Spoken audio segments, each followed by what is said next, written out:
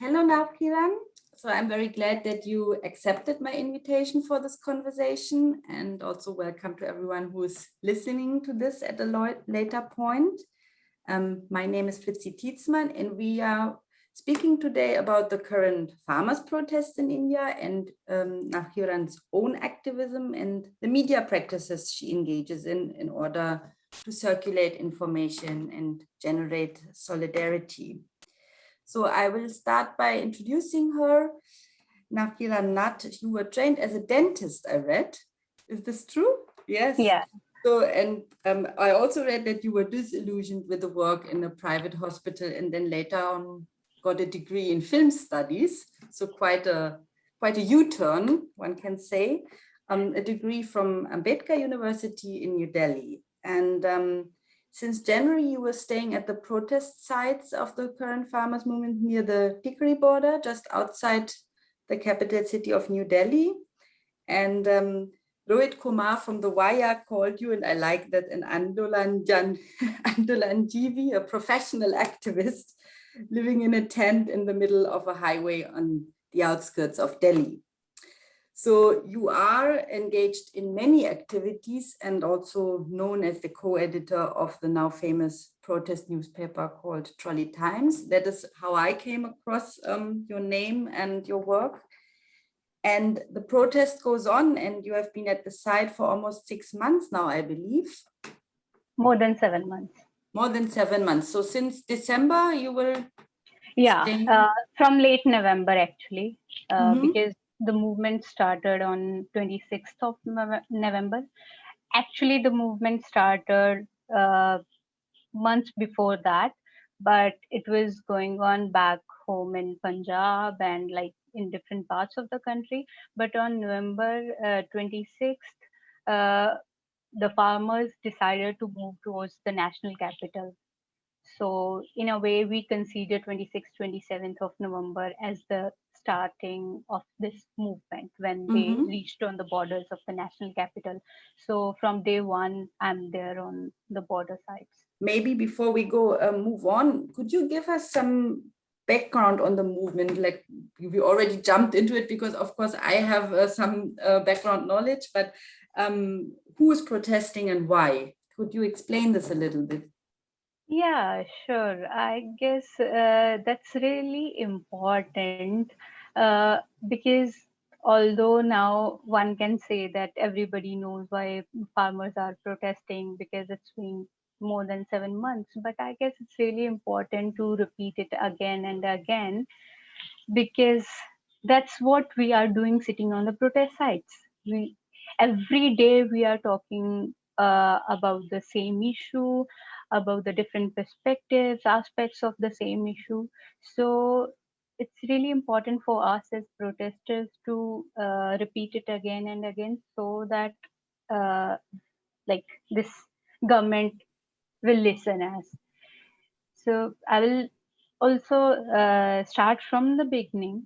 Mm-hmm. So the current farmers movement is in continuation of protests in Punjab since August 2020. Farmer organizations they started mobilizing people. First, they educated the people or the farmers that what these three laws would do in her life, so in like how they would impact them. So that's how they started. They translated them in regional languages, say in Punjabi, in the context of Punjab, and then they distributed these the hard copies of these farm laws in each and every village of Punjab, and then they started organizing them. Then there was few months when people were protesting back home in Punjab and in few other parts of the country also. Then, I mean, these laws not only push the farming sector into the hands of the corporate houses with no wherewithal of whatever little safety, security, assurance the existing system has been has, but also jeopardize the food security of the people as it legalize the stockings of essential items for corporates and Hence, they can control prices of essential food items like wheat flour or corn flour and pulses. Not in the distant past, we have seen people dying of hunger during the lockdown, during the first wave of COVID in India. Like thousands of people, especially the migrant workers, they were forced to like walk for thousands of kilometers to reach their homes, and many of them died like on their way back home because of hunger. And many people were sitting in their houses and were waiting for something to eat because the workers weren't getting their daily wages because there wasn't any work because of the lockdown, and they died of hunger. So I guess, I mean, like, we should learn from that, definitely. But our government, the Indian government, is doing exactly opposite. And also, we have to remember that since the economic liberalization happened in India in early 1990s, almost 15,000 farmers commit suicide per year on an average. So, also, agriculture is the biggest job provider in our country, in India. So, the farmers are leading a mass movement for the livelihood and food security of the majority of India, which happens to be home to 1/6 of the world population. So that's why it's a I can say that it's a global movement, or it's a global issue. And even like food security is a global concern at this moment, when we are already living in like special tough times.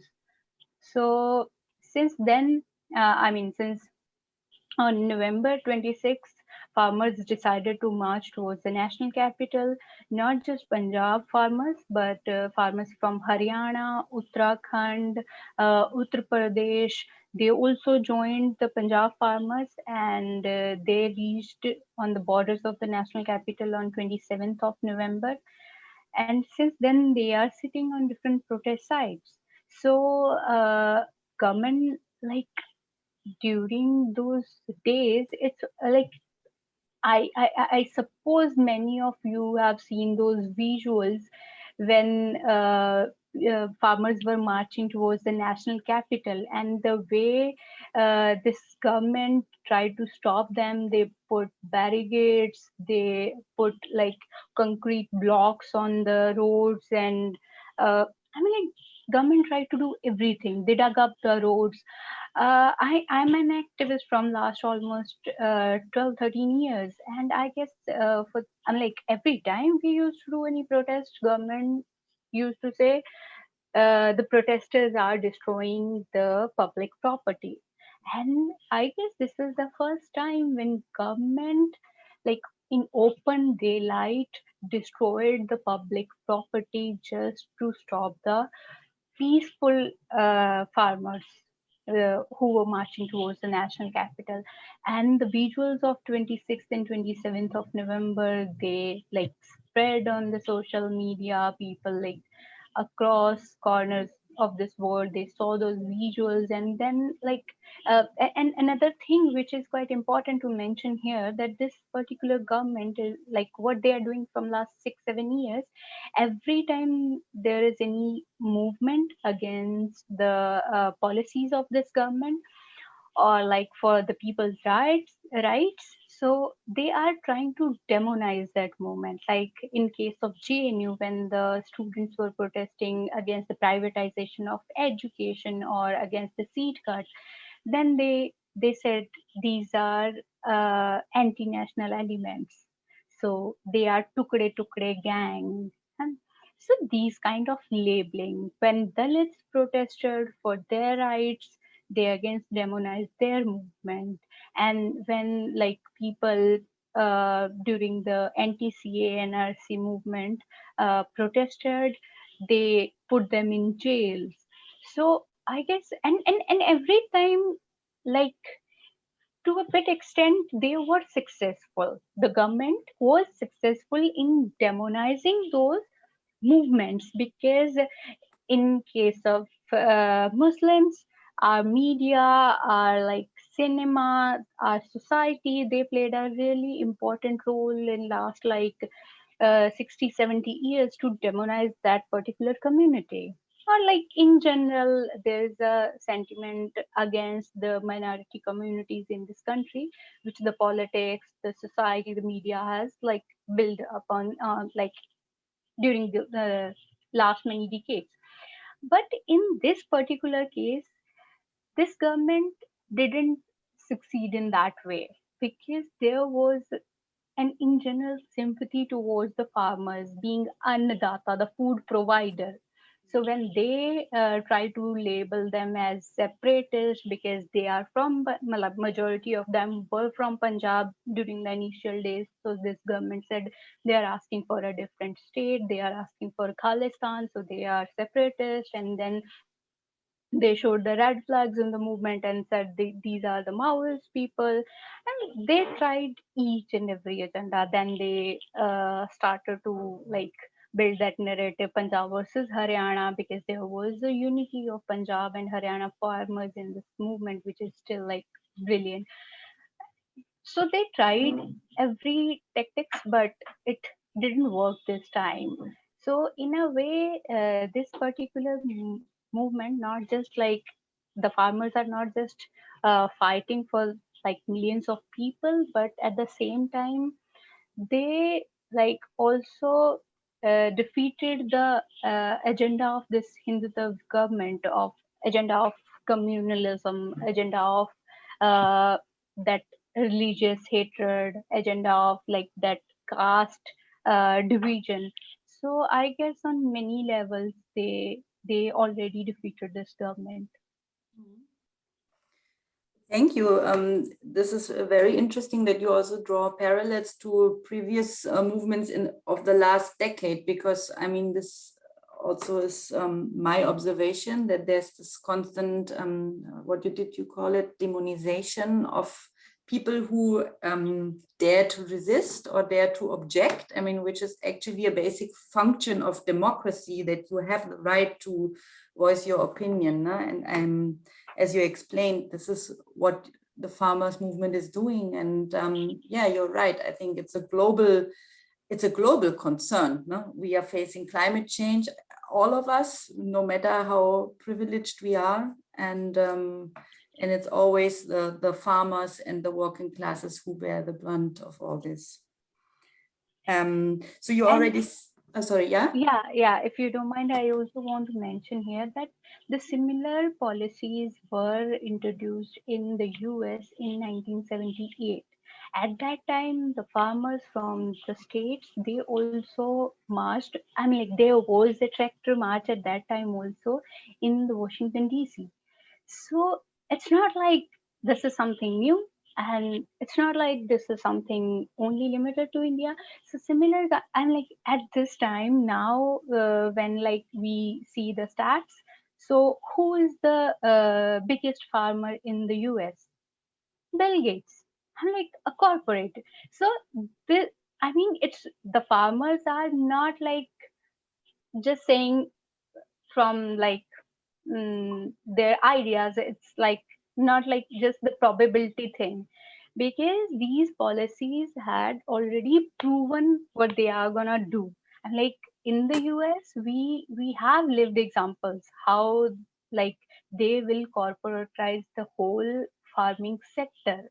Then like the farmers, they will work only as maybe agrarian laborers, maybe workers in the industry, but the corporates, they will own our land. So they will monopolize the land, they will monopolize farming sector and even the food sector. So that's the problem. And not just the US, also many European countries, they have seen similar policies in the past. So it's a global fight against the corporate houses, of against the corporatization of farming sector and food sector. Yeah. Yes. And you already mentioned that you feel that the movement has been quite successful so far in not being demonized or in resisting this demonization.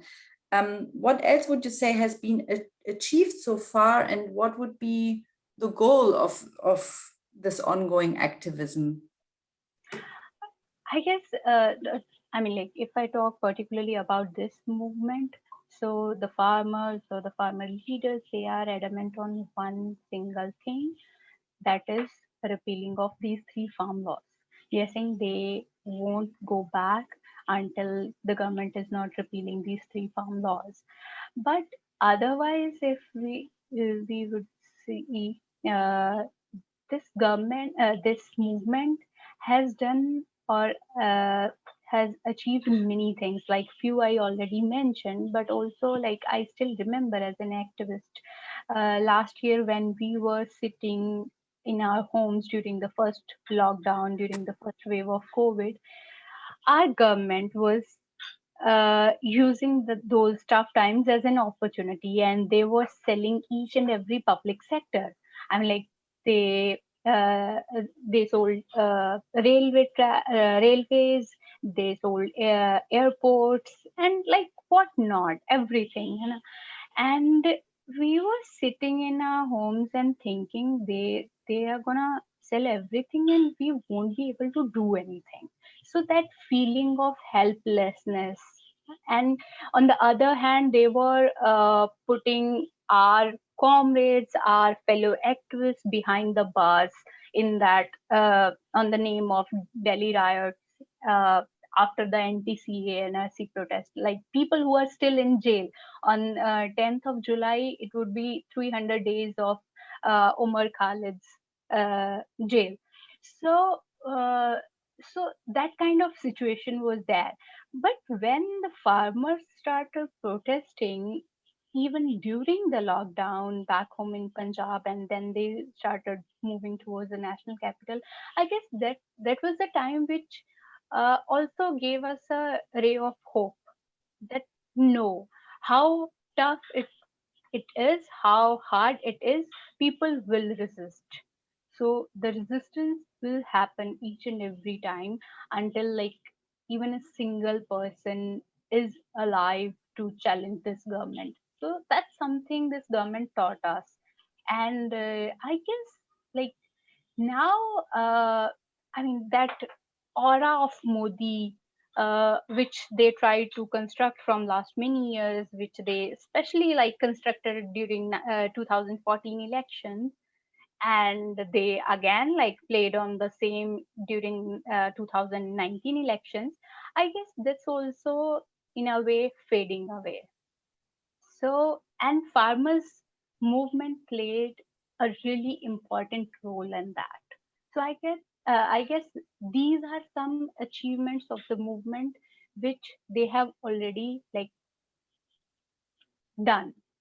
So, and on other hand, they are ready to sit there on the protest sites till 2024 because we have elections in 2024.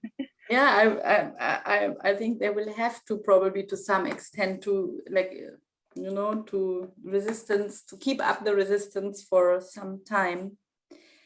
And how would you describe the current scenario and the mood among protesters after now 7, 8 months COVID, and how is the emotional atmosphere? Yeah, first of all, I even mentioned this line in two other talks, I guess, but I still want to repeat it. Uh, the revolution will not be televised. So it's the title of Scott Heron's famous poem with the same name, and was originally a popular slogan among the 1960s Black Power movement in the states. So similar scenarios happening here in India because the national media and even the people's media, which was earlier like focusing very much on the movement, even now, like now, even they are like showing it less, and national media is not at all showing it. So in a way, many people are thinking, oh, so the farmers movement is over. No, I mean, irrespective of who is showing them on the media, in the news, on the TV, they are still sitting there. And like, uh, although like our national media tried to demonize them on the name of COVID also, because they said farmers movement is spreading the second variant of the COVID, and so they are responsible for so many deaths. But then one farmer leader, in one of his interviews, he said, like, for us, probably it's not like we are not denying the COVID. Yes, it is there. Yes, people are losing their loved ones, and like we are totally with them in their grief. So we are not in any denial about the COVID. But the thing is, for us, the probability of dying with COVID is hardly 2%. But but in, like, with these farm laws, we are definitely gonna die. So there the probability is almost 100%. So that's why it's really important for us to resist even in these tough times. It's not easy for them also. Like, people are sitting on the roads from last more than 7 months. And like, sometimes even they get depressed. And like, few farmers also committed suicides, because it's not like they don't have anything else in life to do. They have families, they have other stuff to do in their lives, they have other issues, problems back home, and they are simultaneously struggling with them also. And and few surrendered, few committed suicide, writing suicide notes against this government and asking this government to repeal these farm laws. But the the overall mood is, people are ready to sit as long as it needed, because they know otherwise this government will like implement these laws, and then it would be really difficult to mobilize such a big movement again in the coming, like, future. So that's why it's really important to, like, resist and to win this movement, I guess. And what are for you personally very remarkable experiences within this context and within, I mean, as part of your participation in the protest? I guess this movement taught me a lot, because, like, although I'm into activism from so many years, but I've never seen this, like, this big movement ever before. And also, there's one interesting thing, like, being born, brought up in Punjab, I was part of many farmers movement in the past also. I started going in the farmers protests from the age of 8, 9, if I'm not wrong. But I have never seen uh, like, women participation on this scale. I guess somehow both the state and the society, they have failed our, like, they have failed us. They have failed women. They never acknowledged them as farmers. So I'm like, I have seen women in my house making 200, 300 rotis, chapatis at one time for the people who are working in the in the farms. So they were always considered as secondary participants in the farming. Although I'm like, their uh, share of work is, I'm like, the direct participation of women in farming is nearly 50%, and if we include animal husbandry, it crosses 50%. And here we are just talking about the direct participation. We are not still considering making those 200, 300 chapatis at one time. So in that way, their labor in farming is huge, but they never got that recognition.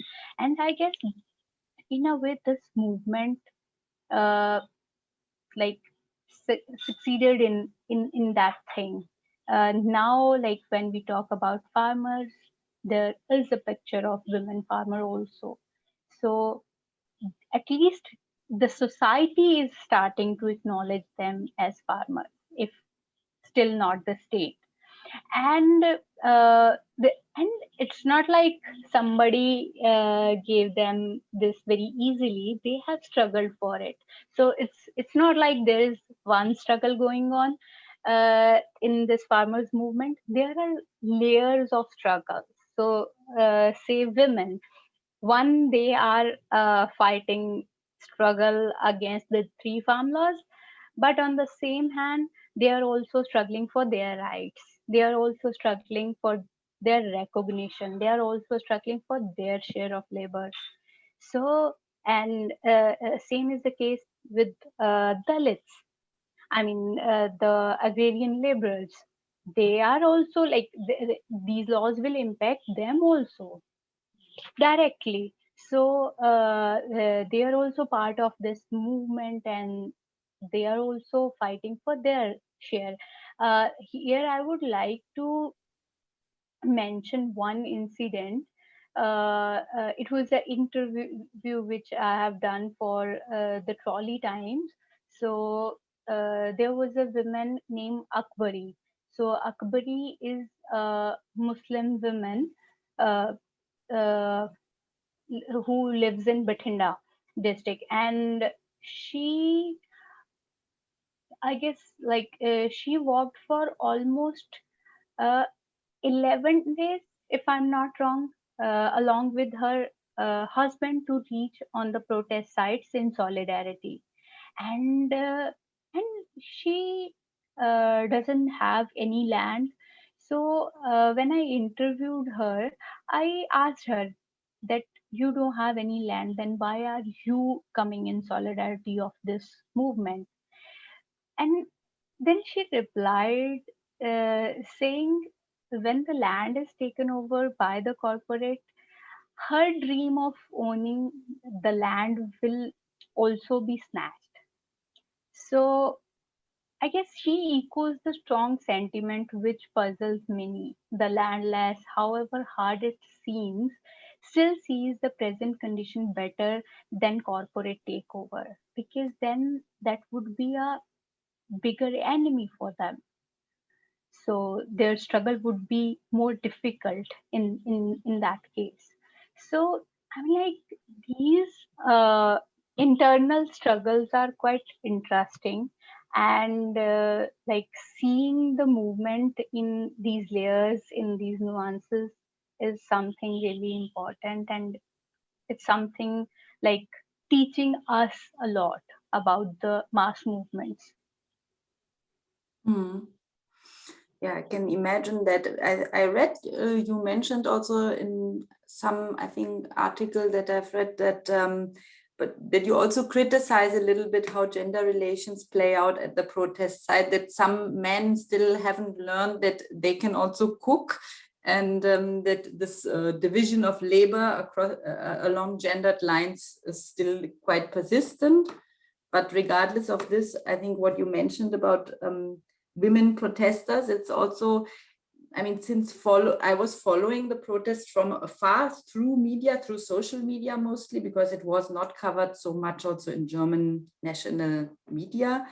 I saw that, I mean, my feeling was that there was an iconographic turn in January, then when suddenly all the images of bearded men were replaced by images of women sitting on tractors. It was quite impressive for me, and also a motivation actually to follow the images, because I felt that it was really like a shift. And yeah, I mean, also in the movement at Shaheen Bagh last year, it was also a female-led protest. So I saw also some parallels of, you know, women, especially also of communities that are not so visible, not middle-class women, but, you know, marginalized communities coming to the forefront, becoming very visible. So even as an observer, this is quite impressive for me.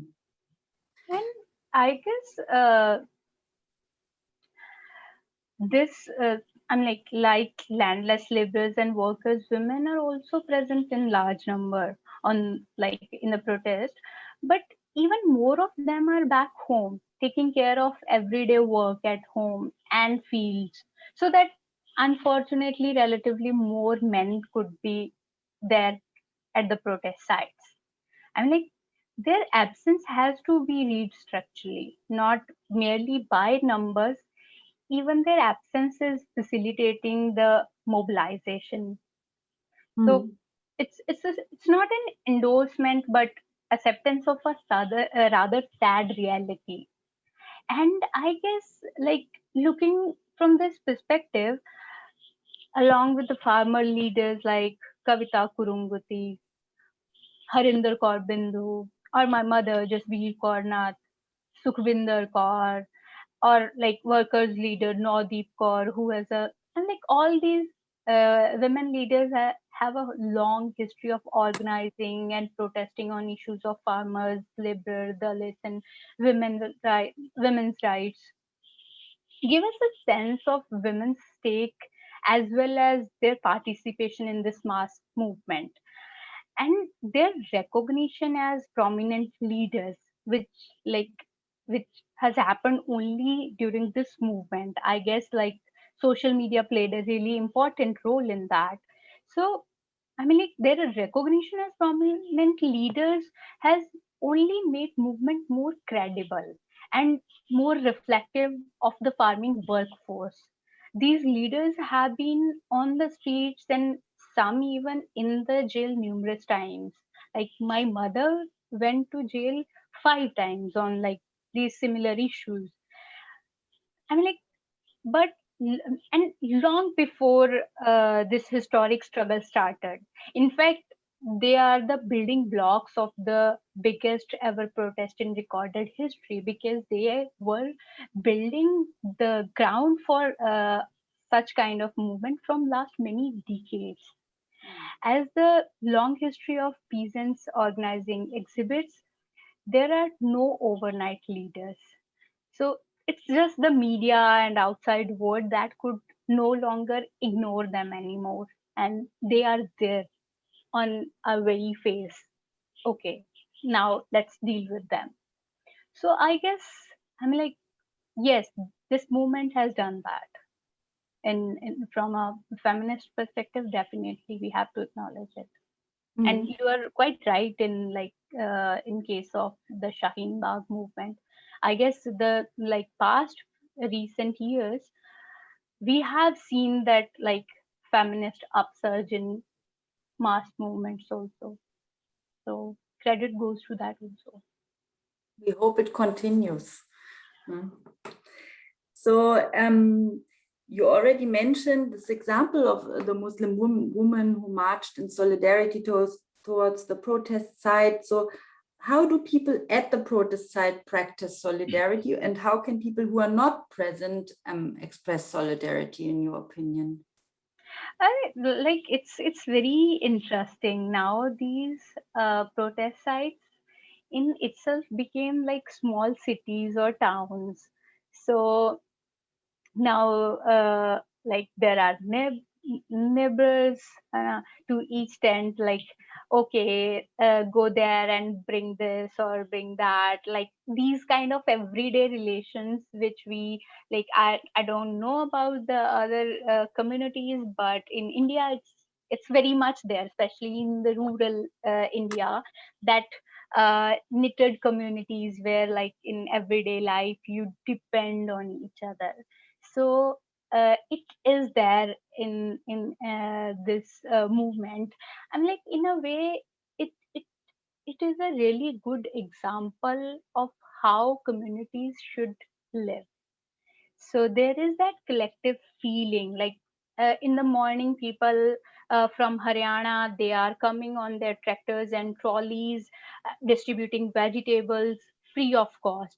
Then you will find tractors and trolleys distributing milk, and then there would be something else, and then there would be people distributing your everyday essentials like soap, toothpaste, toothbrush, and nobody is asking what's your religion, what's your caste, like, you are, like, from where you are.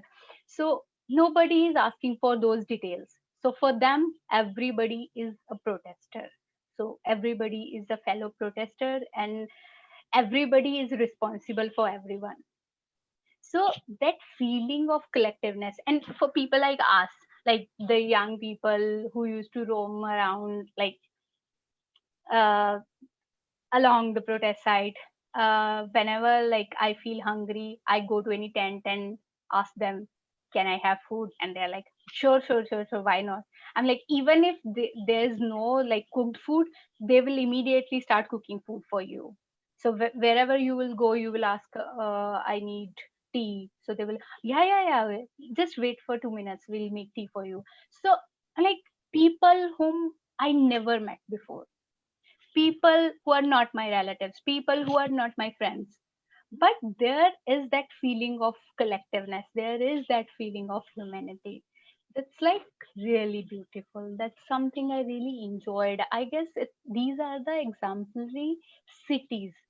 And like uh, even people from architectural background, I guess they should also study how they are constructing their how temporary houses in those, like first in those trolleys on which they came to Delhi, and then these bamboo or the mud houses they are living right now, because it's like uh, very hot in this particular region of India right now. So in this scorching heat, the way they are living there, it's really interesting.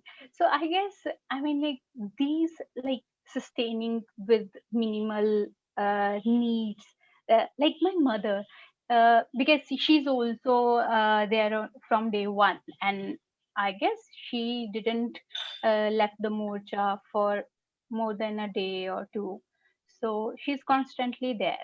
So one day she like she was talking to me and she said, like, now I know, like these cars, these like bungalows, big houses, they're nothing. They are just like, I'm like, we stuck in that because capitalism shows us that picture.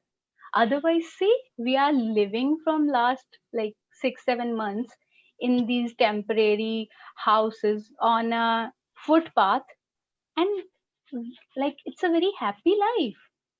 So and like people around her, they respect her a lot. Everybody calls her Pua, means your father's sister. So the younger people, everyone calls her Pua.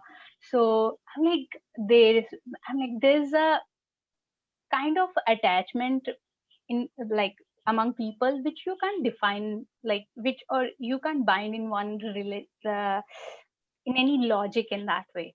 So I guess that's something exemplary. That's something we should learn from the movement as a community, how people are supposed to live collectively. This is very interesting because the project I'm working for and also the conference that is coming up is titled How to Live Together. So this is the main question that we are pursuing, and this is also in this context this interview is happening. So you already responded to the overarching question of finding new ways to live together in a positive way. And it sounds very beautiful how you describe it. So how would you say that people, for example, who cannot be present, can connect with this movement? You mentioned already social media. Is it an important source? Yeah, I missed second part of your question, but yeah, social media played a really important role in this movement, especially in context of the diaspora community. Like people sit, like people from this region who are now living in different parts of this world, they they are somehow feeling for their people, so they want to be there. But as we discussed earlier, these are tough times, people can't travel much in that way, but people are showing solidarity like via social media. Like people in Vancouver, they did night outs, they slept like in minus temperature, they slept outside I guess this Indian embassy, if I'm not wrong, they slept outside Indian embassy in tents. So the Indian diaspora community in solidarity of the struggling farmers back home. So like it, people are doing their share, and like there are many people, Indian people living in different parts of the country who are not able to come to the protest sites because of these travel restrictions because of COVID. But it's not like they are not in solidarity with the movement.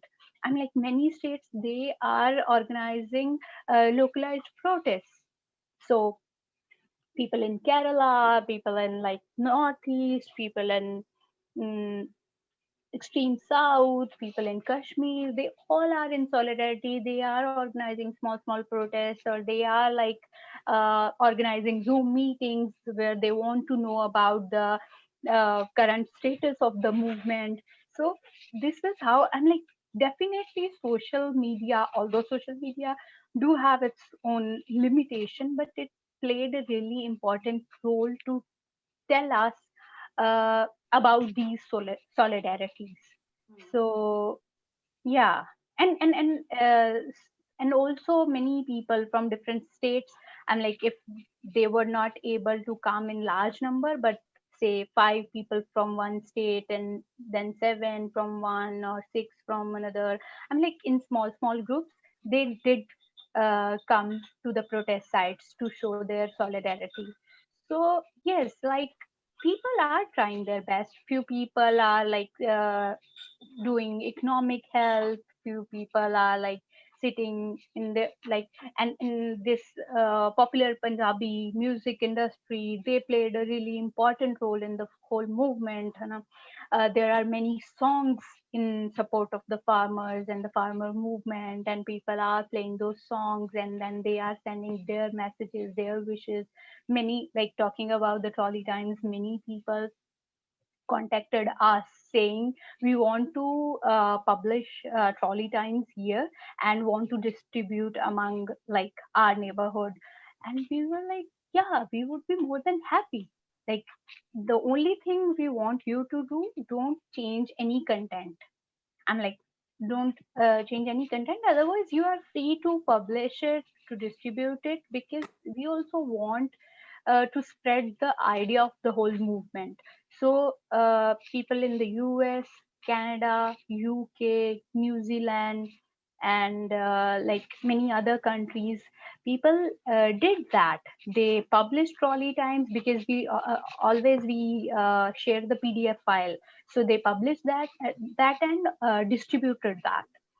So, and people sitting in Pakistan, like this government is like trying to uh, like uh, blow that heat from many years between these two countries. But people sitting in Pakistan, they translated trolley times in their Punjabi, because there Mhm. are also Punjabi people, and we are very similar culturally, socially, geographically, and their issues, their agrarian issues are quite similar to our agrarian issues. So, but the script for Punjabi in Pakistan is Shahmukhi, and Mhm. in Punjab it's Gurmukhi. So people of Pakistan, they translated trolley times in Shahmukhi and they distributed that. So I mean, it's also a solidarity. So these kind of solidarity this movement is getting. This is a very beautiful story, because I saw on the website that you have this Sharmuki edition 1 or 2, I think you had uploaded. I can't read it, but Even I can't read that.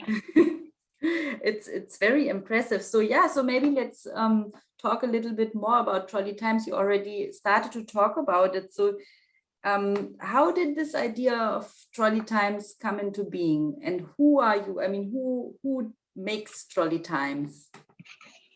So actually, we were few young individuals who were part of this movement from day one, and uh, we were like somehow trying to find our own space in the movement. We were trying to find out how we can like help the movement, how we can put our share into it. And uh, so, and at the same time, there were other like practical difficulties. Say the morchas were, or the protest sites were like kilometers long. The Singhu protest site at that time was like nearly 15 kilometers long. The Tikri protest site in the starting was nearly 22-kilometer long, which is now nearly 30 kilometers long. So the internet wasn't working properly. We don't know like what this government did, but internet connectivity was really poor. People weren't able to connect with each other, and it wasn't like one organization's movement. It was a mass movement, so people like they don't know each other. Everyone uh, doesn't know each other. So there was a lack of connectivity, and people who are like on the back end, they are not aware what's going on the stage or in the front. So we thought we need an internal communication channel. So one of our friend Gurdeep, he's quite fascinated with publications, the idea of publication, the movement having its own publication. And Surmeet Mavi, they came up with the idea of trolley times. Okay, let's start a newsletter. Like, and they were talking and then like, what we should do, and like randomly in a random conversation, Sumit Mavi said, okay, then what should I do? Should I start trolley times, like on the rhyme of New York Times or the Washington Times, or trolley times? We said, yeah, it's a good idea, let's start trolley times. So that's how it started as an internal communication channel. But at the same time, we realized how the national media or a big chunk of Indian media or the corporate media was trying to demonize the movement, which we also talked earlier. So we thought it's also important to condemn that. And it's not we just want to like write few lines condemning them. We have to tell the actual stories of the movement to the people. So and we had that privilege because all of us were part of the movement from day one. So in a way we were protesters, so that was our privilege in a way. So for us it wasn't like some journalist is coming from outside and talking to people. Like we were living those things. So then we started looking outwards also, and also the response we received after the first edition of Trolley Times like made us realize how important it is. Because even from last few years, during every movement, every mass movement, we said the Indian media, the national media is Godi media. That term Godi media uh, came into existence during the last few years when the corporate media was trying to defend the government each and every time.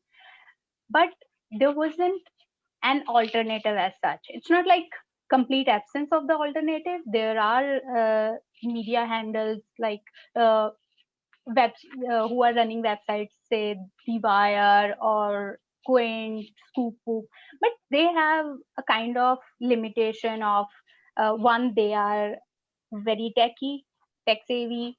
Another limitation is language.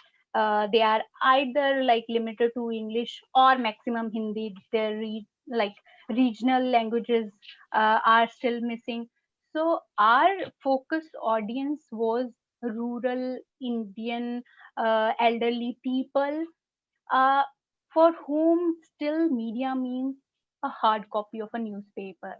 So that's why we thought let's start a newsletter with like hard copy, and we never expected like we'll become this big or like we will do this.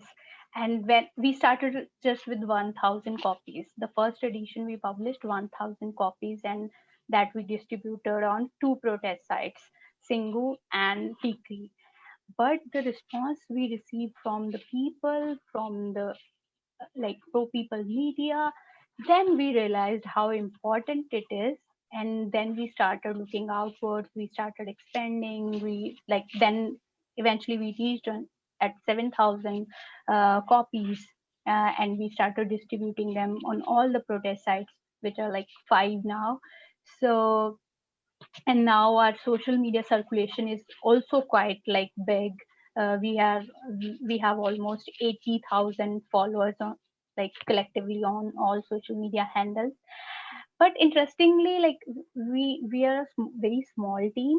I can say 6 people in the close core, and a big bunch of people uh, who helps in the other works like translation and story collection and all that. And no one is from the journalism background.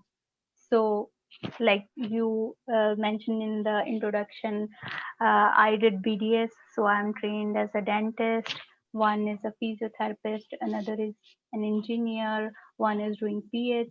Two of them are doing PhD, and like one is trained as a curator. So no one is from the journalism background. So even for us, it was a big challenge. Like we were learning while doing. So in a way, it was a good experience. We don't know like how to make those news or like, and like in a way, it also saved us. The way current corporate media try to sensationalize the news, there wasn't any load of doing that on us because they work for TRP, and there wasn't any load on us doing that because we were working for a cause. We all are volunteers. So so and like that's how we also evolved, and we are still evolving. We are still like expanding our team and learning each and every day. You also include very beautiful artwork in Trolley Times. The photographs and especially also the drawings are really superior, and that's also, I think, very different from mainstream media because it's not the sensationalist approach. It's very sensitive artwork. So, do you have one person who's doing the drawing, or do you collect artwork? How do you get your contributions? Actually, we have multiple people working on art and photographs and like content. So no single person is doing that.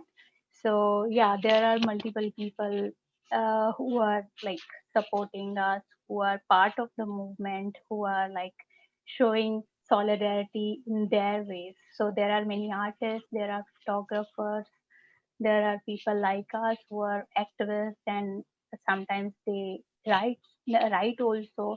So yeah, it's a mixture of all that. You also include poetry, right? And Yeah, short stories. And it's not like a newspaper in terms of just having reports, but it's, you mentioned one of in your team is a curator. So it's like a, how do you say, like a mixed media art work that you're producing. definitely, in that way, you're totally right. So it's a like it's not important just because of its written content, but also the way it looks, also the art, the photographs, and like it's a like I'm like full package in that way. Yeah, I saw that you also have a new website now, or that you've somehow changed the website, so there's also more video content.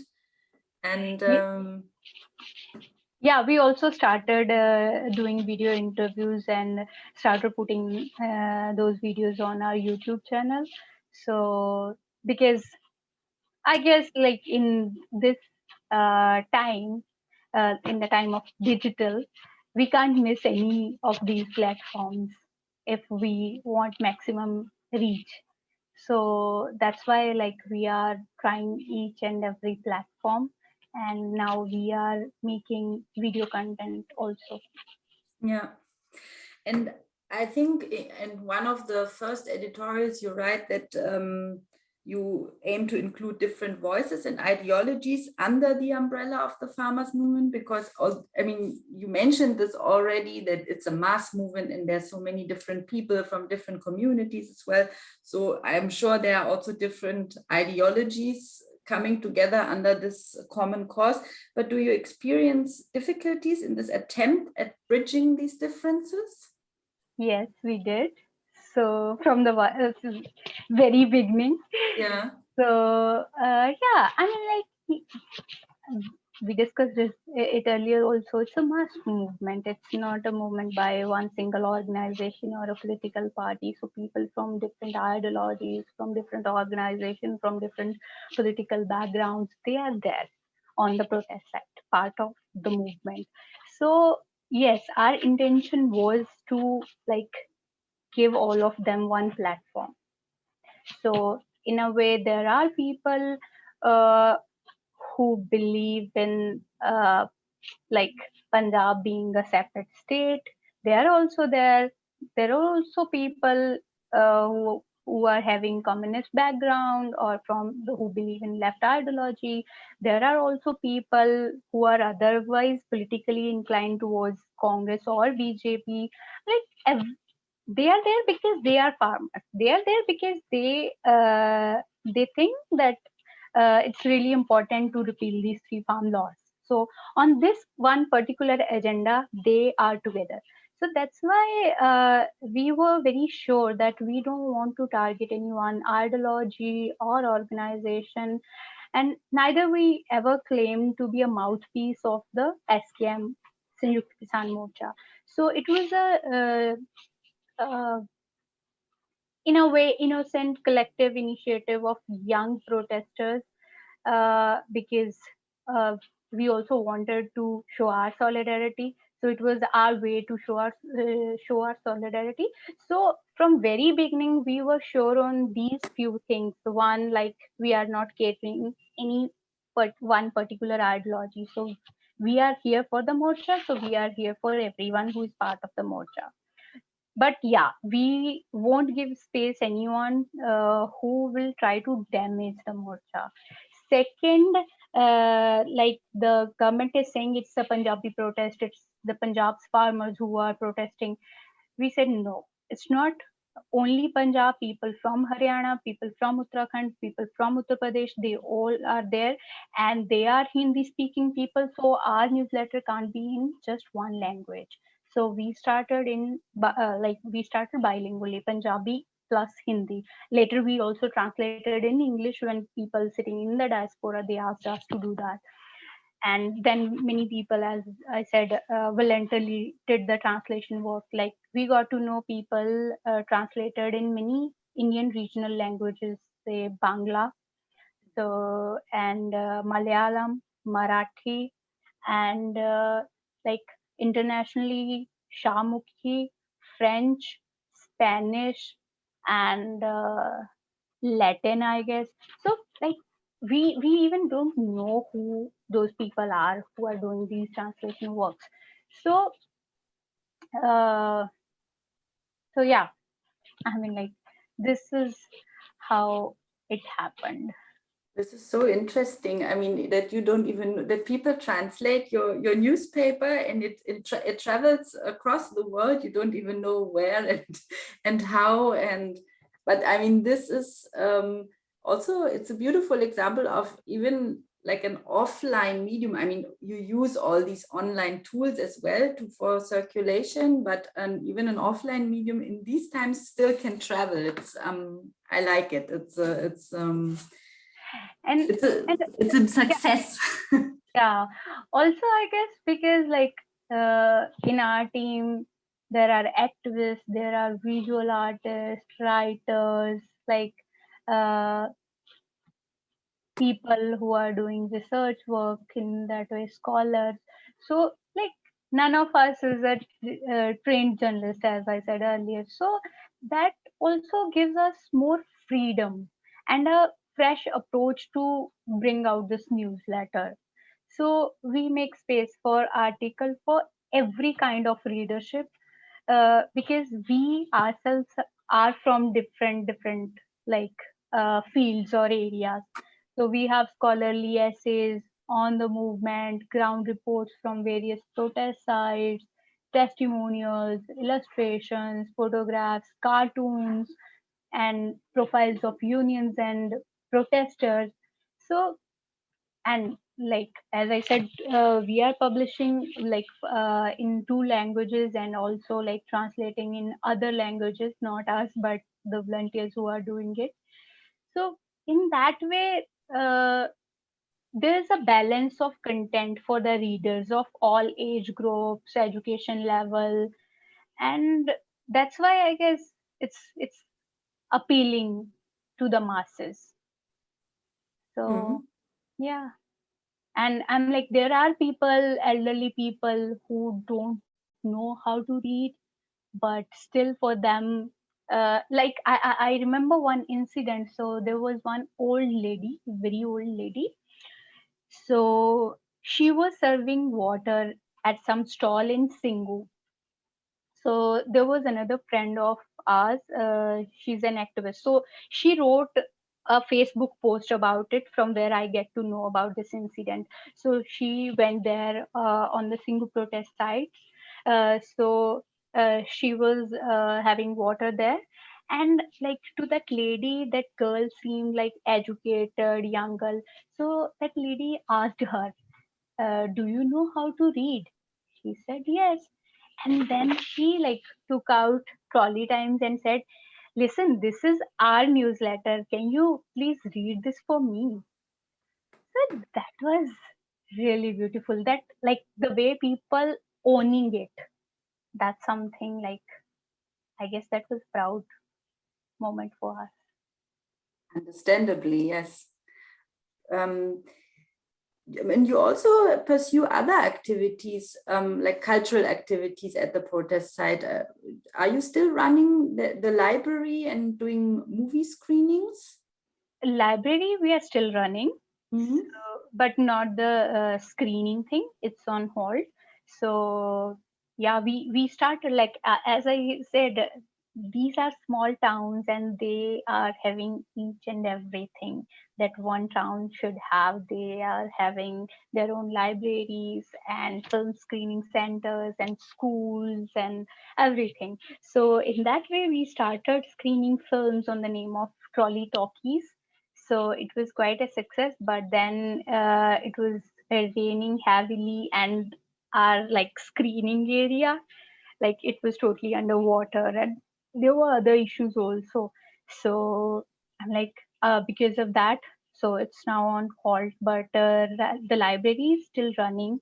And surprisingly, people like come every day to the library. They like, they get books, they read them, and then they come back and return those books. Few people like tell us very honestly, I won't be able to come back and return it because my trolley is like 20 kilometers from here. So then we tell them, okay, no worries, you can just pass it on to other people. I'm like, they can read those books. So I'm like, it's really interesting, because I guess this is also a chance for us to educate people. Because uh, like, as an activist, we acknowledge that it's not just about these three laws. Even I'm like, before coming of these three laws, the agrarian crisis was worse. Like, farmers weren't doing well even before these three laws. So uh, the crisis started after the partition, or after the green revolution. So like, we have to understand things like in a broader way, in a broader sense. We have to acknowledge all these aspects of the past, of the present. That's why I guess, like, reading books, reading about the different aspects of the movement or the crisis is really important, and libraries are playing a really important role in doing that. So what kind of books do you have in the library? We have all sorts of books. Like, we have biographies of like many revolutionaries or the Gaddarites. We have literature on agrarian crisis. We have political and philosophical books. We do have a religious book, because people, like, there are people who want to read about religion. And we have like poetry. We have uh, story books and novels and all that, like fiction, non-fiction. We have like all genres in a way. And how do you get the books? There by donation or? Yes, all the books are by donation, and like few people directly sent us books. Few people said you can like purchase the books and we will send the money or we will pay for those books. So like, but all are donated, all are by the people. And in the trolley talkies movie screenings, what kind of films did you show? So we started with like popular but progressive Punjabi films, and the films which talk about Punjab or the crisis of agriculture in North Indian region. So eventually we moved to documentaries, but by that time, like we altered the, like we had to. So yeah. So many activities. It's really impressive. So what does inspire your activism? I guess like in India, only when like 100 students uh, got admission in the first class, there are only 2% who reaches at the university or college level or in the higher education. And I guess we are those 2%, those privileged 2%. And here we are talking about the ones who once got admission in the school, not like kids who never like saw the gate of a school. So if we are that much privileged and we got an opportunity to understand how these policies work, how these governments are like damaging our society, or how they are playing in the hands of the corporates and trying to sell each and every public resource. I guess that way it becomes a duty to give back to the society, to give back to those 98% which like didn't get a chance to reach where we are today. So in that way, I guess for me personally, that's my inspiration. Because if I'm here today, like if I have two professional degrees, if I'm like talking to you sitting in a home in Delhi, like having a laptop, it's not just because of me. It's neither just because of my parents.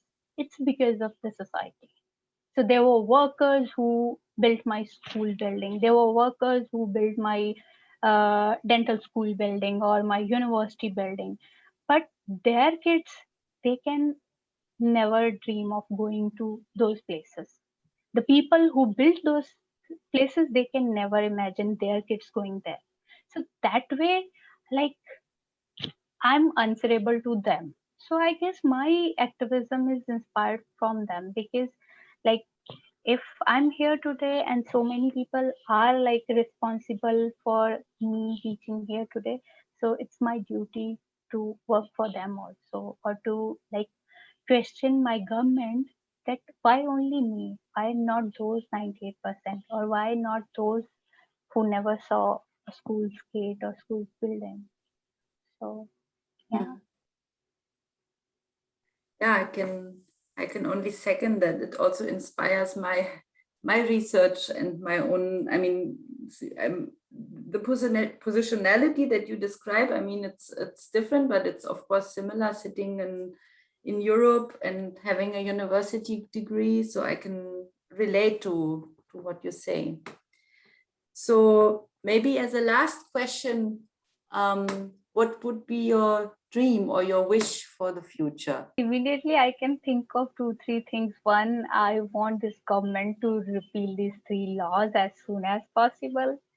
I want this COVID to go away as soon as possible, because I want that normal life again. I don't want this to become a new normal.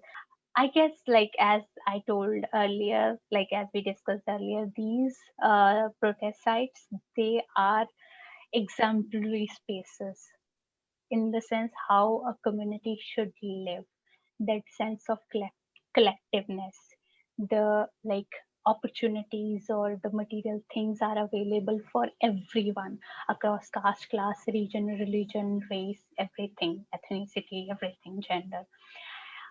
I want the same sense to prevail globally as soon as possible, and we will fight until then. Thank you, Kiran. Thank you so much for sharing your time and your thoughts and your experiences with me. And I wish you lots of strength and keep on going. May all these wishes come true. And yeah,